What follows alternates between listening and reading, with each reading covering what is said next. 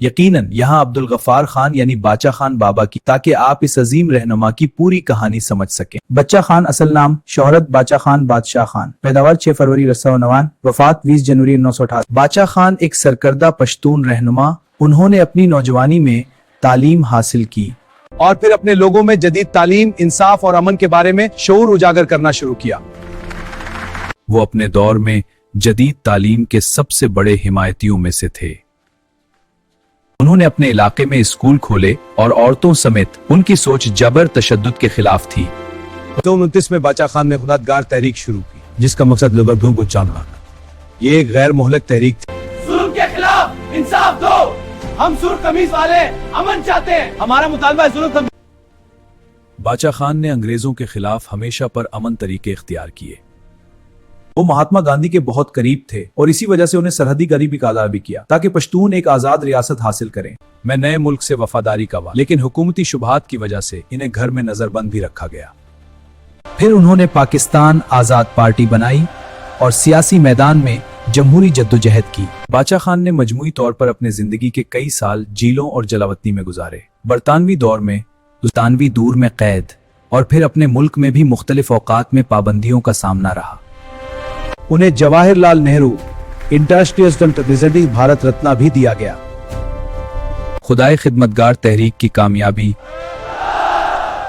یہ تحریک خدمت تجربہ تھی۔ پشتون عوام اٹھو اور ظلم کے خلاف آواز اٹھاؤ۔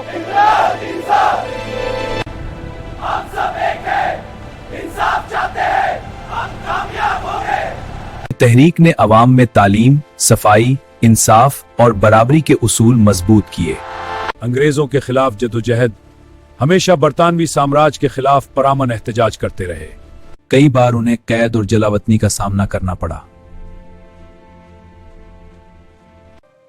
ان کا مقصد یہ تھا کہ پشتون لوگ جنگ اور تشدد کے بغیر آزادی حاصل کریں۔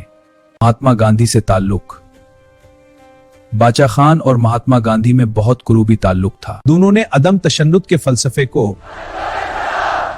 یہ فلسفہ امن کا ذریعہ ہے۔ باچا خان کو پشتون علاقوں میں گاندھی کی طرح سرحدی گاندھی بھی کہا گیا۔ پاکستان بنانے کے بعد باچا خان پاکستان کے نئے نظام میں جمہوری استان کو مضبوط کرنے کی کوشش کی۔ مختلف حکومتوں نے انہیں کئی بار نظر بند اور جیل میں رکھا، لیکن وہ ہمیشہ عوام کی خدمت میں لگے رہے، تعلیم اور انسانی حقوق رہا۔ باچا خان نے صرف سیاست نہیں کی بلکہ عوامی فلاح کے کام بھی کیے۔ اسکولز اور تعلیمی ادارے قائم کیے، عورتوں اور تہمت جدوجہد کی، عوام کو اخلاقیاتی جدوجہد دی۔ ان کا فلسفہ تعلیم ہر فرد کا حق ہے، ظلم کے خلاف پرامن مزاحمت ضروری ہے، عورتوں اور بچوں کے حقوق کا تحفظ لازمی ہے، قوم کو اتحاد اور اخلاقی اصولوں پر چلنا چاہیے۔ باچا خان نے اپنی زندگی کے آخری سال پشتون عوام کی خدمت اور امن کے فروغ میں گزارے۔ وہ 20 جنوری 1988 کو 85 سال کی عمر میں انتقال کر گئے۔ ان کی وفات پر پورے خطے میں عزاداری اور احترام کا ماحول تھا۔ ملکی اور بین الاقوامی اعزاز، باچا خان کی خدمات کو عالمی سطح پر بھی تسلیم کیا گیا۔ بھارت نے انہیں بھارت رتنا دیا، جو سب سے بڑا سول اعزاز ہے۔ یہ میرے لیے بہت بڑا اعزاز ہے۔ دیگر ممالک نے انہیں انسانیت، امن اور تعلیم کے لیے اعزازات سے نوازا۔ وہ جواہر لال نہرو کے ساتھ بھی دوستانہ تعلقات رکھتے تھے، ہمارا گہرا تعلق تھا۔ جی، ہم اکثر مل کر باتیں کرتے تھے۔ باچا خان نے پشتون معاشرے میں تعلیم کو فروغ دیا، خاص طور پر عورتوں کی تعلیم پر زور دیا۔ انہوں نے ہمیشہ عدم تشدد، اخلاقیات اور برابری کے اصولوں کی تعلیم دی تھی۔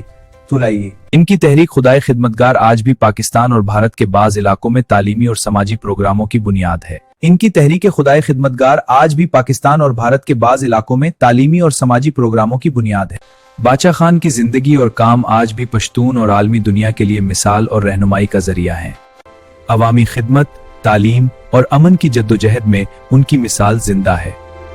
ان کے اصول آج بھی سیاسی رہنماؤں اور سماجی کارکنوں کے لیے مشعل راہ ہیں۔ ان کی زندگی یہ سکھاتی ہے کہ امن اور غیر تشدد کے ذریعے بھی بڑی تبدیلی لائی جا سکتی ہے۔ باچا خان ایک عظیم رہنما، ان کی زندگی ہمیں یہ سکھاتی ہے